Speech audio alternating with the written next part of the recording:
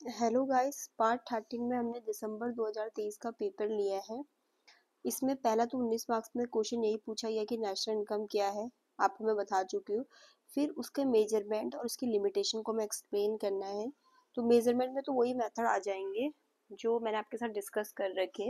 ये जो आपको मैं मेथड बोल रही, प्रोडक्शन इनकम एक्सपेंडिचर मेथड, ये मैंने आपको जो सब्जेक्ट है MEEC 503, उसका एक चैप्टर सेकंड है नेशनल इनकम के बारे में, उसमें आपको ये मिल जाएगी। वीडियो चैनल पे ऑलरेडी अपलोडेड है। अब हम देख लेते हैं कि क्या लिमिटेशंस है आपकी नेशनल इनकम की, या क्या उसकी सीमाएं हैं। तो वैसे तो जो हमने डिफिकल्टीज बताते हैं नेशनल इनकम के मेजरमेंट में, बहुत सारे पॉइंट उसके भी यहाँ पर आ जाते हैं लिमिटेशन में। ठीक है, तो पहला तो आपका इसमें ये है कि जो ये इन्वायरमेंट को इतना नुकसान पहुंचाता है उस चीज को ये इग्नोर करता है। ठीक है, अब भाई हमारा जो ये है, ये आपका कहीं ना कहीं हमारे इसके कारण, मतलब जो हमारे नेशनल इनकम बढ़ती है, जैसे इससे इकोनॉमिक ग्रोथ हो रही है, हमारे वातावरण को, हमारे रिसोर्सेज को डिप्लेशन हो रहा है, उनका पॉल्यूशन हो रहा है। बट इस चीज को हम नेशनल इनकम से डिडक्ट तो नहीं करते हैं। तो हम कैसे कह सकते हैं कि जो हमारी वो इनकम हमें मिली है वो रियल नेशनल इनकम है? वो रियल नेशनल इनकम कैसे हो सकती है? वो आपकी एक तरीके से क्या होती है, नॉमिनल नेशनल इनकम होती है। ये इनकम डिस्ट्रीब्यूशन को रिफ्लेक्ट नहीं करता है।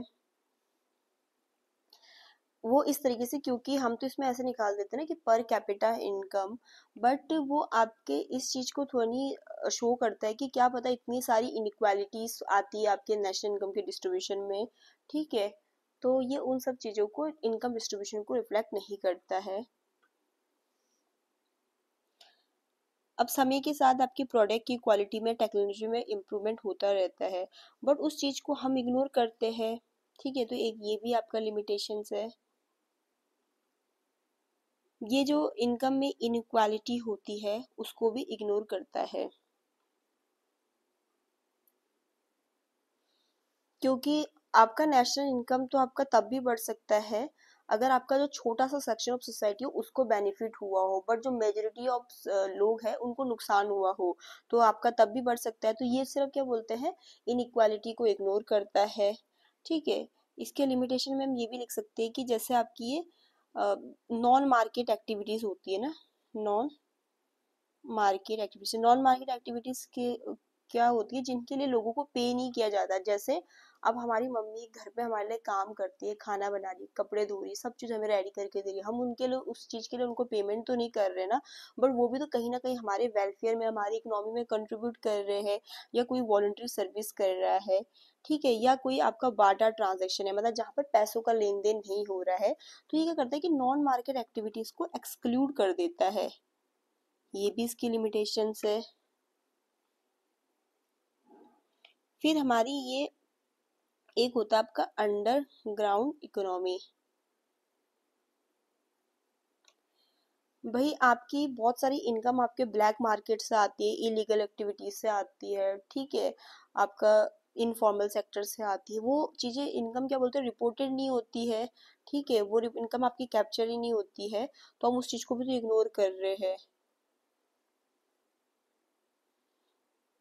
हम शुरू में ही एक टर्म यूज करते हैं कि नेशनल इनकम क्या होती है, टोटल मॉनेटरी वैल्यू होती है आपके फाइनल गुड्स एंड सर्विसेज की। तो हम फाइनल गुड्स एंड सर्विसेज इसलिए रहते हैं कि इंटरमीडिएट गुड्स को हम अवॉइड कर सके, ताकि डबल काउंटिंग ना हो। बट फिर भी क्या होता है, डबल काउंटिंग हो जाती है, क्योंकि मतलब फाइनल गुड्स और इंटरमीडिएट गुड्स को कभी कभी डिफ्रेंशिएट करना थोड़ा डिफिकल्ट हो जाता है। ठीक है, अब जैसे कोई बेकरी है, वहाँ उनके लिए आटा क्या हो सकता है, इंटरमीडिएट गुड्स हो सकता है, जिसको बेक करके वो बिस्किट्स बनाएंगे आटे के, समझ लो। हाउस होल्ड के लिए तो फाइनल गुड्स हो जाता है ना। तो वही होता है कि कभी कभी फाइनल गुड्स और इंटरमीडिएट गुड्स को डिफरेंशिएट करना थोड़ा मुश्किल होता है, तो डबल काउंटिंग हो जाती है।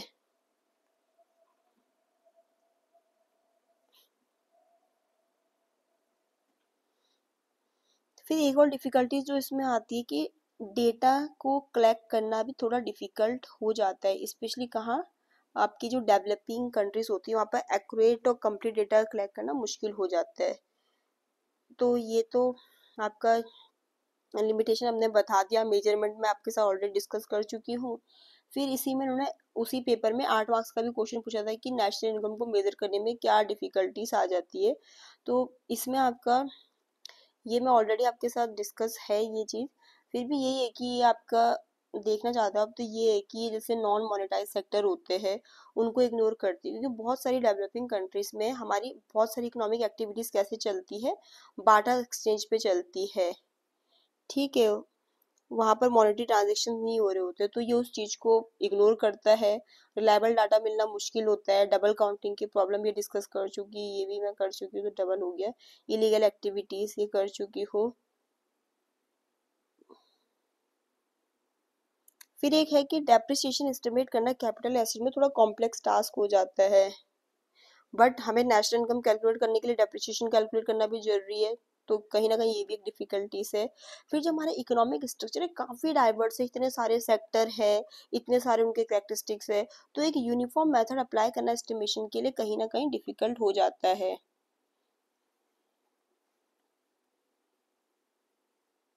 फिर एक आपका है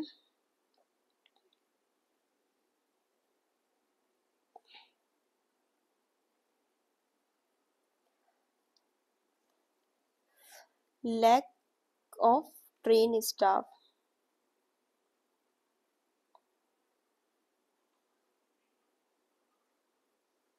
भाई हमें नेशनल इनकम को अच्छे से मेजर करना है, कैलकुलेट करना है, तो हमें अच्छा एक्यूरेट डाटा भी चाहिए होता है।